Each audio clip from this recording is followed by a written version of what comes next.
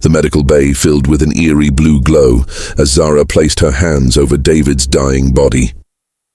Dr. Chen stepped back in amazement as ancient symbols appeared on Zara's skin, pulsing like a heartbeat.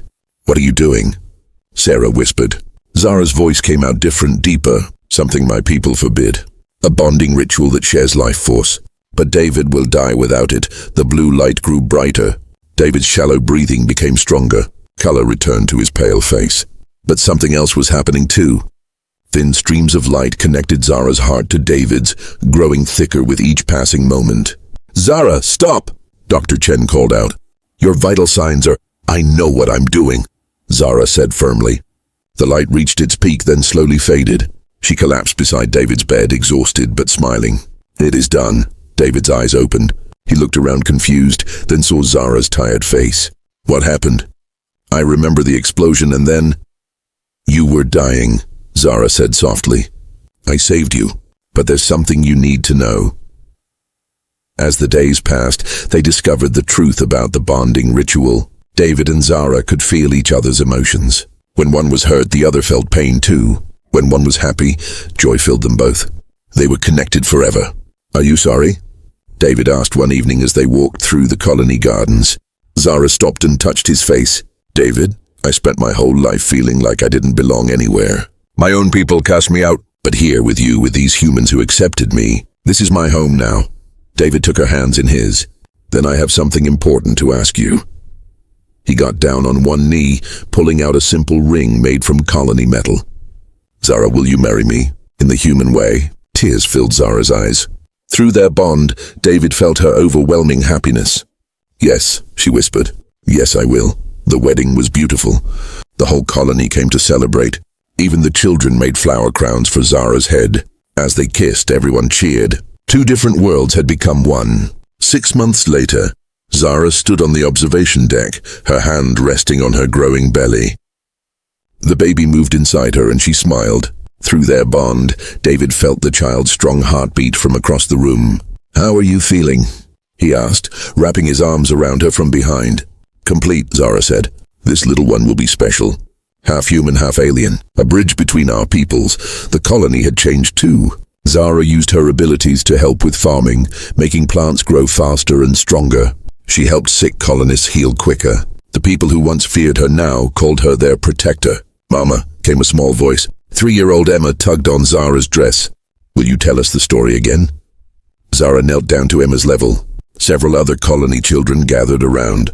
This had become their favorite time of day. "Which story do you want to hear?"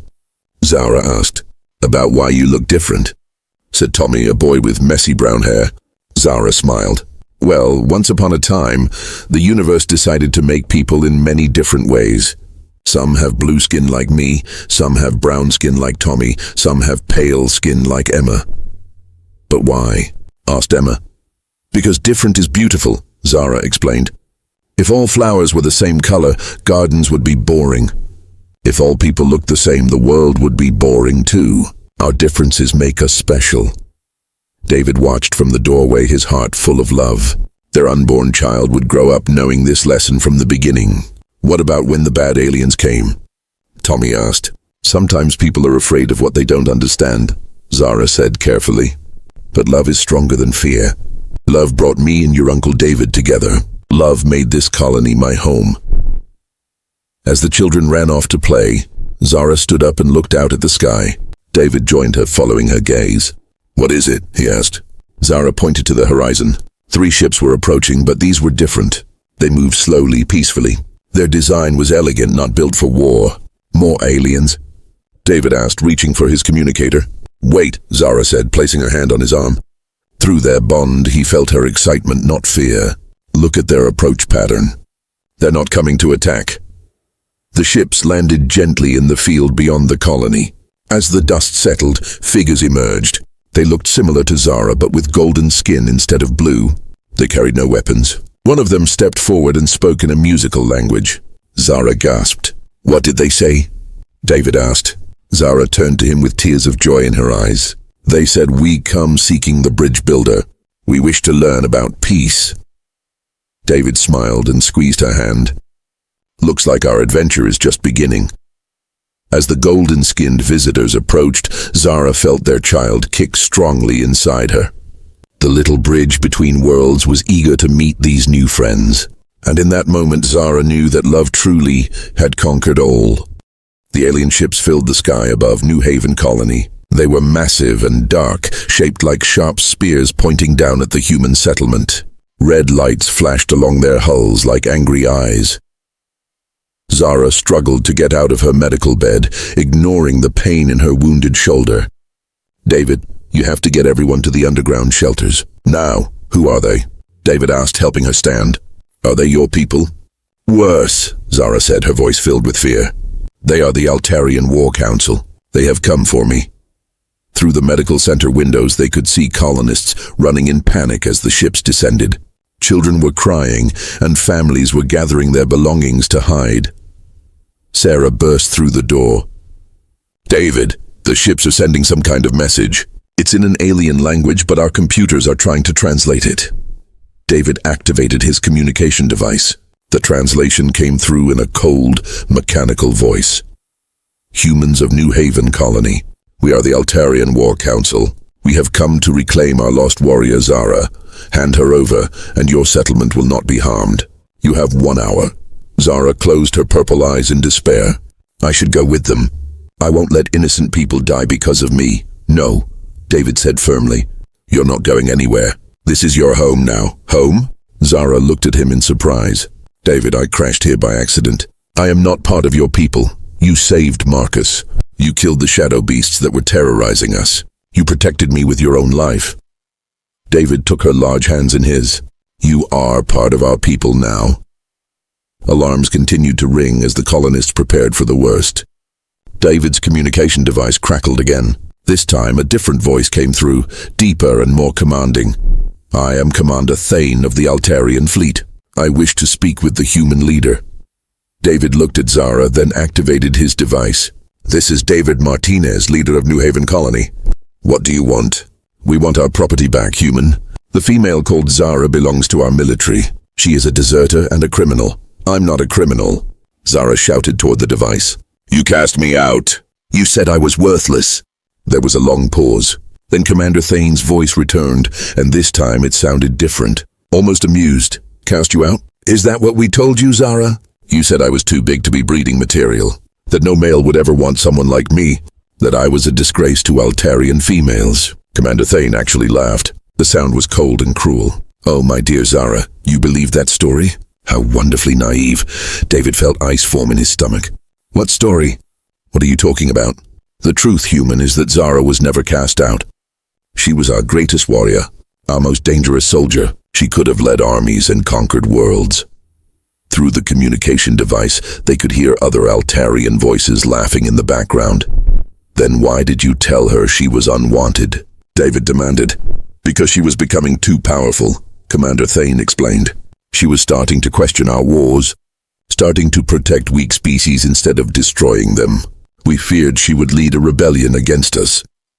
Zara sank into a chair, her face pale with shock. You lied to me. We needed you gone, but we couldn't simply kill you. You were too beloved by other warriors, so we convinced you that you were worthless, that you didn't belong. We let you exile yourself." "But the breeding comment saying no male would want her?" David's voice was full of anger. "Males on our world were terrified of her." Commander Thane laughed again. "She was stronger than most of them. They couldn't handle a female who could defeat them in combat, so we used their fear and her insecurity against her." Zara's hands were shaking. Everything she believed about herself, everything that had caused her so much pain, had been a lie. Her own people had manipulated her into believing she was unlovable. "You destroyed my life," she whispered. "We gave you freedom," Commander Thane said. "But now we need our best warrior back. The galaxy is at war, and we require your skills." "She's not going with you," David said firmly. "Human, you do not understand what you are dealing with. Zara is a weapon of war. She has killed thousands. She is not the gentle creature you think she is." David looked at Zara, who was staring at her hands with horror. Did David now see her differently? Would he fear her like everyone else? "I don't care what she's done in the past," David said. "I care about who she is now. And now, she's someone who protects innocent people. The alien ships began to power up their weapons. Red energy started to build along their hulls. "You have 10 minutes to send her up, or we will take her by force," Commander Thane announced. David grabbed his emergency communicator. "All colonists, this is David. Battle stations. Prepare to defend our home, David, no." Zara stood up quickly. "Your weapons can't hurt their ships. They'll destroy the entire colony." "Then we better make sure they don't get the chance," David said. He ran to a weapons locker and pulled out the colony's most powerful rifle. "Sarah, get to the command center. Activate all our defenses." "I won't let you die for me," Zara said, moving toward the door. David grabbed her arm. "And I won't let them take you. We fight together, or we don't fight at all." Outside, the alien ships began firing warning shots into the forest. Trees exploded into flames as red energy beams hit them. "Last warning, humans." Commander Thane's voice boomed. "Send us Zara or your colony dies." Zara looked at David, then at the colonists running to defensive positions. These people were willing to fight an alien fleet to protect her. No one had ever valued her life that much before.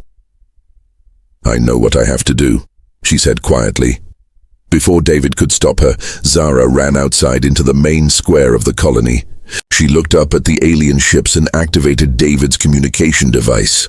"Thane, I'm here. Come and take me if you can." The largest alien ship descended toward the colony square. A beam of light shot down, and several Altarian warriors appeared. They were all tall and strong like Zara, but they wore dark armor and carried energy weapons. Commander Thane was among them. He was even bigger than Zara, with scars across his face and cold yellow eyes. "There you are, little Zara," he said mockingly. "Ready to come home?" "This is my home now," Zara replied. Thane looked around at the human colonists who were surrounding them with weapons drawn. "These little creatures? You choose them over your own species? My species lied to me and threw me away. These people gave me love and acceptance." "Love?" Thane laughed. "You think this human male loves you? Wait until he sees what you really are." That's when David came running out of the medical center, rifle in hand. But he wasn't aiming at the Altarians. He was running straight toward Zara. "David, stay back!" Zara shouted, but David didn't listen. He positioned himself between Zara and Commander Thane. "She's not going with you," David said, pointing his weapon at the alien commander. Thane looked amused. "Human, your rifle cannot even scratch my armor. Step aside." "No," Thane's expression turned angry. "Then you will die with her." He raised his energy weapon toward David. Time seemed to slow down as Zara realized what was about to happen. The human who had shown her kindness, who had called her beautiful, who had made her believe she could be loved. He was about to die protecting her. Something exploded inside Zara's heart. Not sadness or fear, but pure burning rage. "No!" she roared. Zara moved faster than she had ever moved before. She grabbed Commander Thane's weapon and crushed it in her bare hands. Then she grabbed Thane himself and lifted him off the ground. "You will not touch him," she growled, her purple eyes glowing with fury. The other Altarian warriors tried to help their commander, but Zara was beyond reasoning. Years of pain, rejection, and lies had turned into a warrior's fury that nothing could stop. She threw Thane 20 feet away, then turned to face the other warriors. One by one, she defeated them with her bare hands. Her alien strength, combined with her protective instincts, made her unstoppable. But during the fight, one of the warriors managed to fire his weapon. The energy blast hit David in the chest, and he fell to the ground. "David!" Zara screamed. She ran to his side and knelt beside him. His breathing was shallow, and there was a terrible burn across his chest. The Altarian weapon had hurt him badly. "David, stay with me," she whispered, holding his head in her large hands. He looked up at her with fading eyes. "Zara, I love you. Don't let them make you believe. You're not worth loving." His eyes closed and his breathing became very weak. Commander Thane, bruised and beaten, struggled to his feet. "Now you see, Zara. Everyone who gets close to you gets hurt. This is why you belong with warriors, not with gentle creatures." Zara looked down at David's unconscious form, then up at the alien ship still hovering above the colony. Her choice was clear. She could go with the Altarians and save the colony, but David might die without proper medical care. Or she could stay and fight, but the alien fleet would destroy everyone. Unless she found a third option. Looked down at him. Despite being much smaller than her, David didn't seem small. His courage and kindness made him seem strong in a different way. "Your people took care of me when I was dying," she said. "You gave me food and a safe place to heal. This is more kindness than my own people showed me." She turned to face him fully. "If you want my help hunting these shadow beasts, you have it." David smiled, and Zara felt something strange in her chest. A warm feeling she hadn't experienced in a long time. "There's just one problem," David said. "These creatures are most dangerous at night, and they hunt in the deepest part of the forest. It would be very risky." Zara almost smiled. "Human David, I am 8 feet tall, stronger than 10 of your people, and trained to fight since I was a child. Risk does not scare me." "I know," David said, "but you wouldn't be going alone." "I'd be coming with you." Zara's purple eyes went wide. "What? No! That is too dangerous for you. You are not a warrior." "Maybe not," David said, "but I know these forests better than anyone, and I won't let you face those creatures alone." As Zara stared at this brave human who wanted to protect her just as much as she wanted to protect his people, she felt something shift inside her heart. For the first time in years, she didn't feel alone. The scream cut through the air like a knife. David and Zara both froze, looking toward the forest through the medical center window. "That came from the south fields," David said, grabbing his communication device. "Sarah, this is David. We have a shadow beast attack at the south fields." "Get everyone inside now," Sarah's voice crackled back through the device. "David, that's where Marcus went to check the crops. He's not answering his radio." Zara was already moving toward the door, her warrior instincts taking over. "We have to go now. If the shadow beasts have him, he doesn't have much time." "Zara, wait," David called, following her. "You just woke up. You're still healing."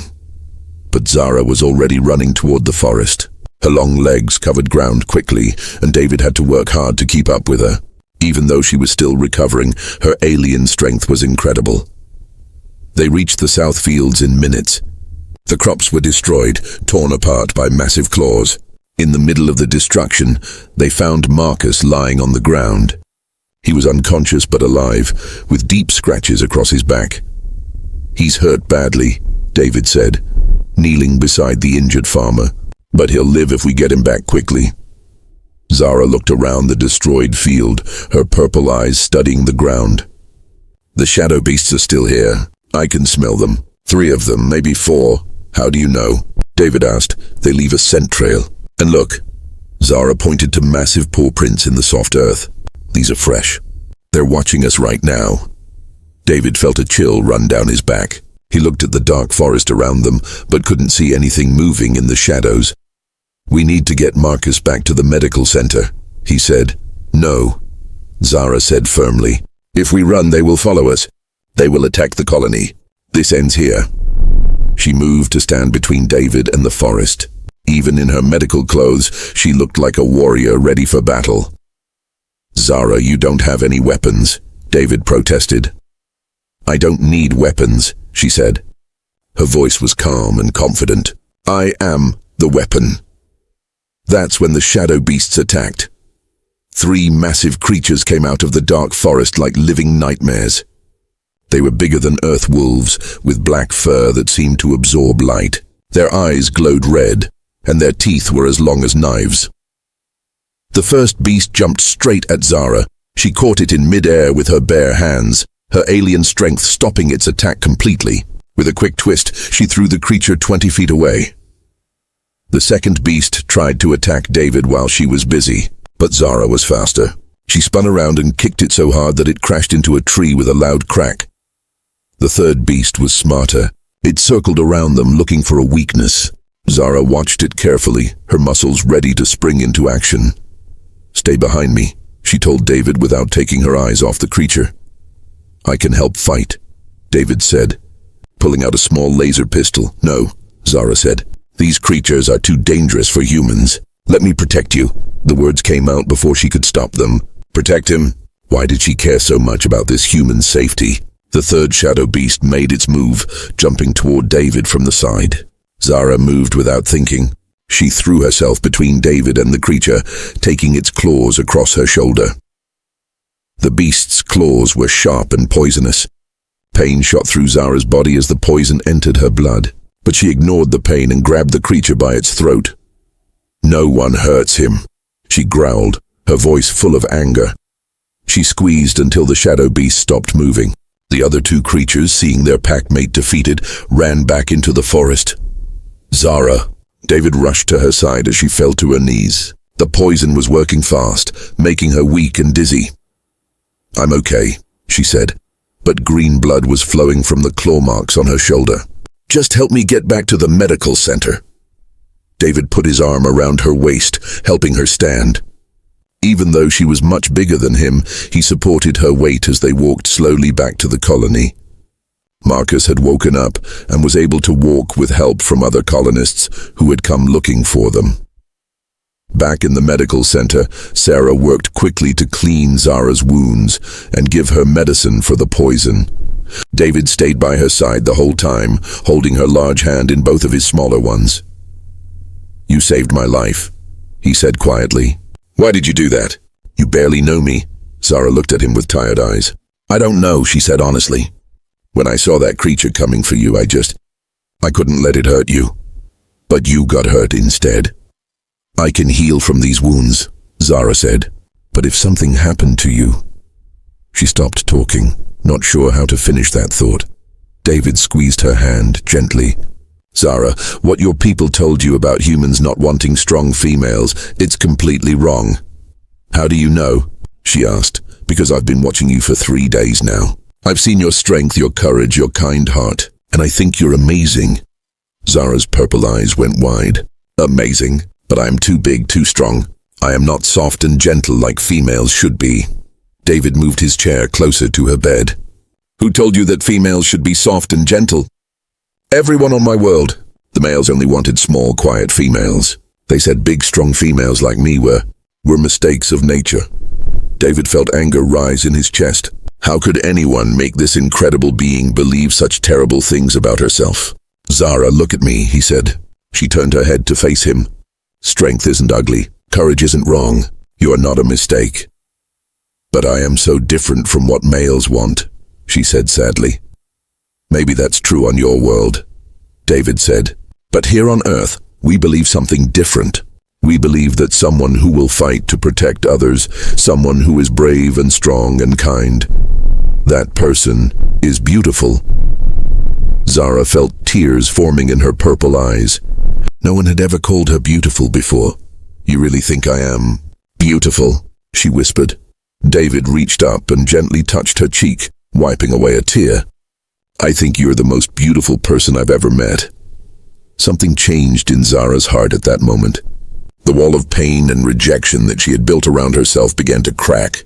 This human saw her the way she had always wanted to be seen, not as too much, but as exactly right. She leaned down toward David, drawn to his kindness like a flower to sunlight. For a moment it seemed like they might kiss. But then fear took over. Zara pulled back quickly. "No," she said, sitting up in the bed. "This is wrong. We are too different. I am an alien, you are human. I am huge, you are small. This cannot work." David looked hurt but tried to understand. "Zara, differences don't have to be barriers. They can be what makes something special." "You don't understand," Zara said, turning away from him. "Even if you think I am beautiful now, you will change your mind. Everyone always does. I am too much for anyone to love." She closed her eyes and pretended to sleep. David sat by her bed for a long time, wishing he could find the right words to heal the wounds in her heart. Outside the medical center, warning alarms suddenly began to ring. David's communication device crackled to life with urgent voices. All units. We have massive ships approaching from space. Unknown alien vessels. They're heading straight for the colony." Through the window they could see bright lights in the sky getting bigger and brighter. Something was coming. Something big. Zara's eyes snapped open and her face went pale with terror. "No," she whispered. "They found me." The morning sun was rising over the human colony of New Haven when a loud crash shook the ground. Birds flew away in fear as smoke rose from the dark forest near the settlement. David Martinez, the colony's leader, was drinking his morning coffee when the windows of his house shook. He ran outside and saw a bright orange glow coming from the woods. Other colonists were already gathering in the streets, pointing at the smoke and talking in worried voices. "What was that?" asked Sarah, an older woman who ran the colony's medical center. "Looks like something crashed in the forest," David said, putting on his jacket. "I'm going to check it out." "Be careful, David," Sarah warned. "Could be dangerous." David took his scanner and first aid kit. He walked into the dark forest, following the trail of broken trees and scattered metal pieces. The smell of burning fuel filled the air. After 20 minutes of walking, he found what he was looking for. A strange alien ship had crashed into a small valley. The ship was silver and shaped like a teardrop, but it was badly damaged. Steam came out of cracks in its hull. David moved closer carefully, his scanner beeping as it detected alien technology. That's when he heard it. A soft crying sound coming from inside the wreckage. David climbed over twisted metal and found a hole in the ship's side. He looked inside and gasped. There was someone in there, but not human. The being was huge, at least 8 feet tall, even while sitting on the ground. She had pale blue skin that seemed to glow softly in the dim light. Her hair was long and white like snow, and her eyes were bright purple. She wore torn armor that looked both elegant and strong, but what shocked David most was that she was clearly female. And she was hurt. Green blood dripped from cuts on her arms and face. She was holding her side and breathing hard. When she saw David, her purple eyes went wide with fear. She tried to move away from him but winced in pain. "Stay away, human," she said in a deep, musical voice. "I am dangerous. I am not. I am not what your kind wants." David raised his hand slowly to show he meant no harm. "I'm not going to hurt you. You're injured. Let me help." The alien woman shook her head quickly. "No, you do not understand. I am too big, too strong. My people, they told me humans only like small females, weak ones. I am not breeding material for anyone." Her voice was filled with sadness and shame. She looked down at her large hands as if they disgusted her. "I crashed here by accident," she continued. "My ship's engine failed. I was trying to reach the outer systems far from everyone. I know I am not wanted anywhere." David's heart hurt hearing her words. He could see the pain in her eyes, not just from her injuries but from something deeper. Someone had made this beautiful being believe she was worthless because of her size. "What's your name?" David asked gently, taking a small step forward. She looked at him suspiciously. "Zara. My name is Zara of the Altarian race. But it does not matter. I will fix my ship and leave your world. I do not want to frighten your people." "Zara," David repeated softly. "That's a beautiful name. I'm David, and you're not frightening anyone." Zara laughed bitterly. "Look at me, human David. I am a giant. A warrior built for battle, not for the gentle things females should be good at. My own people cast me out because no male wanted someone so large and strong." David moved a little closer. He could see that Zara's injuries were serious. The green blood was flowing more freely now, and her breathing was getting worse. "Zara, you're hurt badly. If you don't get medical help soon, you could die. Please let me help you. My colony has a good medical center." "Why?" Zara asked, her purple eyes studying his face. "Why would you help someone like me? I am everything your species fears. Big, strong alien." David looked directly into her eyes. "Because everyone deserves help when they're hurt. And because..." He paused, thinking of the right words. "Size doesn't matter to humans. Not the way you think it does." Zara stared at him in shock. Those words were the opposite of everything she had been told about humans. Her people had said humans only valued small, delicate females. That big, strong women like her would never be accepted or loved. You are lying," she whispered, but there was hope in her voice. "I'm not lying," David said firmly. He slowly reached into his first aid kit. "Let me prove it. Let me help you.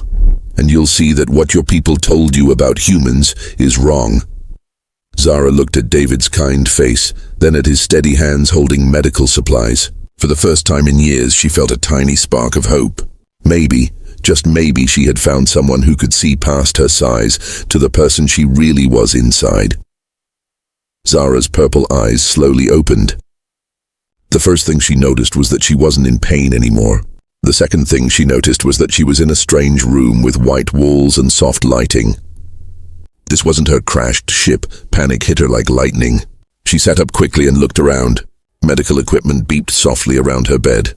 Her injuries were covered with clean bandages. Someone had taken care of her while she slept. "Where am I?" she whispered, her voice shaking. The door opened and David walked in, carrying a tray of food. When he saw that Zara was awake, he smiled warmly. "Good morning, Zara. You're in our medical center. You've been sleeping for 2 days." 2 days? Zara's warrior instincts kicked in. She had been helpless for 2 days in an alien place. Her muscles tensed as she prepared to fight or run. "Easy," David said, setting the tray down slowly. "You're safe here. No one is going to hurt you." But Zara wasn't listening. Fear and confusion made her angry. She stood up from the bed, and even though she was still weak, her full 8-foot height was impressive. The medical equipment around her looked tiny. "You took me while I was unconscious," she said, her voice getting louder. "You brought me to your colony without my permission." "Zara, please calm down," David said, but he didn't move away from her. Most humans would have been scared of her size and angry voice, but David just looked concerned. "I will not calm down," Zara shouted. Her large hand accidentally hit a medical scanner, and it crashed to the floor. The loud noise made her even more upset. She grabbed another piece of equipment, ready to throw it. Her purple eyes were wild with fear and anger. She felt trapped like a caged animal. "I should have died in my ship," she cried. "At least there I would have been free." David stepped forward, completely unafraid of her size or strength. "Zara, look at me." His calm voice cut through her panic. Zara stopped with the medical device still in her hands. "You're not a prisoner here," David said softly. "You can leave anytime you want." "But you were dying. I couldn't just let that happen." Zara looked into his brown eyes. She saw no fear, no disgust at her size, only kindness and worry for her well-being. Slowly she put the medical equipment down. I am sorry," she said, her voice becoming quiet. "I destroyed your things. I am not good at being around others. This is why my people cast me out." "It's okay," David said, cleaning up the broken scanner. "You were scared. That's normal." He picked up the tray of food again. "Are you hungry?" "Sarah, our doctor, said you haven't eaten in days." Zara's stomach made a loud noise answering for her. David smiled and offered her the tray. On it was fresh bread, soup, and fruits she had never seen before. "This is human food," Zara said carefully. "It might not be safe for my species." "Sarah checked your biology with the medical scanner," David explained. "These foods are safe for you. Actually, your people and humans are more similar than you might think." Zara took the tray with her large hands. The bread smelled wonderful. She ate slowly at first, then faster as she realized how hungry she was. "Why are you doing this?" she asked between bites. "I am nothing to you, just a crashed alien who destroyed your medical equipment." David sat down in a chair across from her. "Because it's the right thing to do. And because," he paused, "our colony could use someone like you. Someone like me." Zara looked confused. Strong, brave, skilled. David leaned forward. "Zara, we're having problems here. Dangerous creatures live in the deep forest. They attack our farmers and hunters. We've lost 3 people in the last month." Zara set down her soup bowl. "What kind of creatures?" "We call them shadow beasts. They're big, fast, and smart. Our weapons barely hurt them. They hunt in packs and only come out at night." For the first time since waking up, Zara looked interested instead of afraid. "Shadow beasts. We have similar creatures on my homeworld. They are dangerous, but they can be defeated if you know how to hunt them." "You know how to hunt them?" David asked, hope in his voice. Zara nodded. I was a warrior before I was cast out. Hunting dangerous beasts was my job. I have killed creatures that would terrify most beings." She stood up again, but this time not in anger. She moved to the window and looked out at the human colony. She could see people working in gardens, children playing in streets, families living peaceful lives. "These shadow beasts threaten all of this?" she asked. "Yes. Last week they killed one of our farmers. His name was Tom. He had a wife and 2 small children." Zara's hands made fists. On her world, protecting the weak was the highest honor a warrior could have. Even though her own people had rejected her, She still felt the warrior's call to protect innocent lives. "I could help you," she said quietly. "I could hunt these beasts and make your colony safe." David stood up and walked to the window beside her. "Would you really do that, even though we're strangers to you?" "Zara,